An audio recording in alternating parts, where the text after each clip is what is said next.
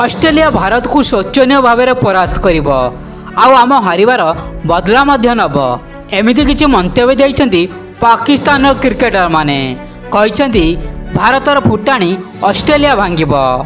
सूचना अनुसार Pakistan champions trophy पूरा विदा होला परे औषध विकल ताटिया कामुड़ुछि।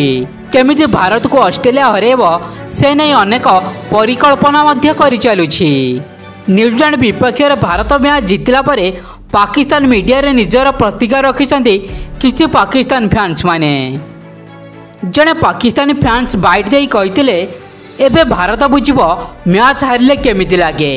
ग्रुप स्टेज रे सिना सब मैच भारत जीतीगला किंतु ऑस्ट्रेलिया टू भारत केबे जीति पारिबो नाही। ऑस्ट्रेलिया ग्यारंटी भाव में भारत को हराइब।